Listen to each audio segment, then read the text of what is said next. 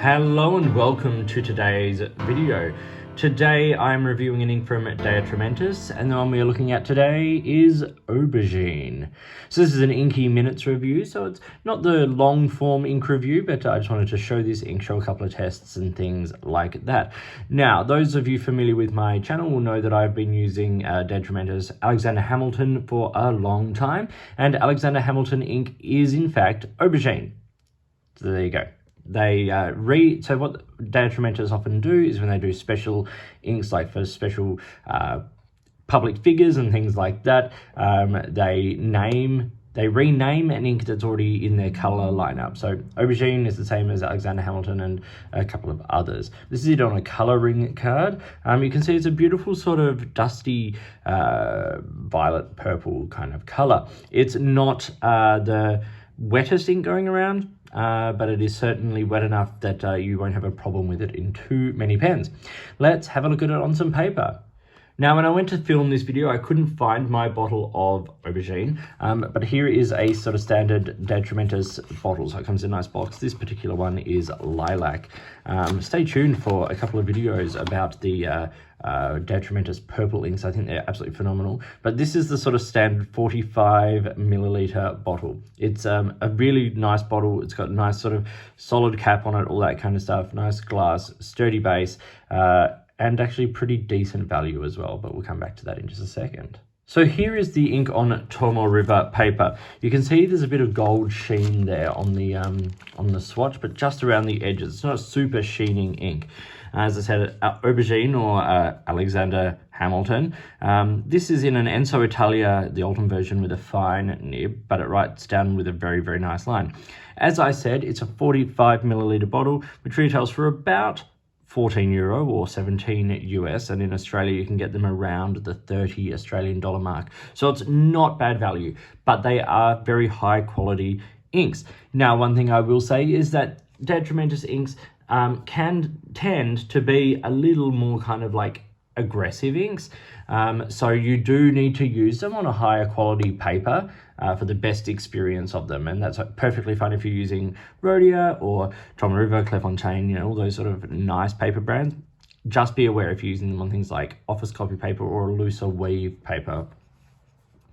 You see there's a little bit of shading, but not too much. It is relatively well concentrated, hence some of that sheen, which, there we go, camera's fine in picking that up. But one thing that is nice is that while it's not waterproof, there is just the tiniest amount of water resistance. So, if you do get your writing wet, you may still be able to see some of it there. On the reverse of this page, the swatches come through, obviously. The writing hasn't, lots of show through on Tomoe River, of course, but yeah, nothing's actually really come through. Okay, so let's look at it on some other paper, and we'll start with the student notepad paper. There's a little bit of feathering, as you would expect. This is definitely not fountain pen friendly paper, but the color still looks fairly good, a little bit more uniform, as you would also expect, and it absorbs and dries very quickly on this paper, and there is quite a lot of bleed there, as it's just in a fine nib, and not the wettest fine, but sort of a decent fine, putting down a nice line. So there is a fair amount of bleed there, and the same can be seen on the office copy paper here. The color is a little bit more washed out, a little more muted, sort of gray purple, but if you had to, you could write on this, and on the reverse still quite a lot of bleed. As I said, Atramentis inks are best on good quality paper, because on good quality paper, like Rhodia here, they are excellent. So this line holds very tight. We get a little bit of shading, and the water resistance there is that you could probably still make out what you write. A little bit, shows a bit of the wetness. The swatch looks good. It's a healthy sort of ink on this paper. On the reverse, the only spots that have come through the swatch, a couple of spots in the writing. As I said, it is a strong ink, and then I put down like a bit of a swatch there as well. So it does look good, particularly good as I showed on that sort of Tomoe River paper here, where you get sort of nothing coming through, and the color is more sort of consistent and a little bit more what you'd expect in sort of everyday writing. Okay, let's do a little bit of a color comparison now. So I've got some other inks on coloring cards here. Back in the day, we're sort of talking 2017, 2018 kind of time, Aubergine or Alexander Hamilton was one of those inks that people referred to as a possible sort of opt-out for Lamy Dark Lilac. And this is the original Lamy Dark Lilac, the 2016 version. You can see it's an insanely different purple. The level of sort of reds in the dark lilac are just, not there in the Aubergine. Very, very different ink, but both beautiful in their own rights.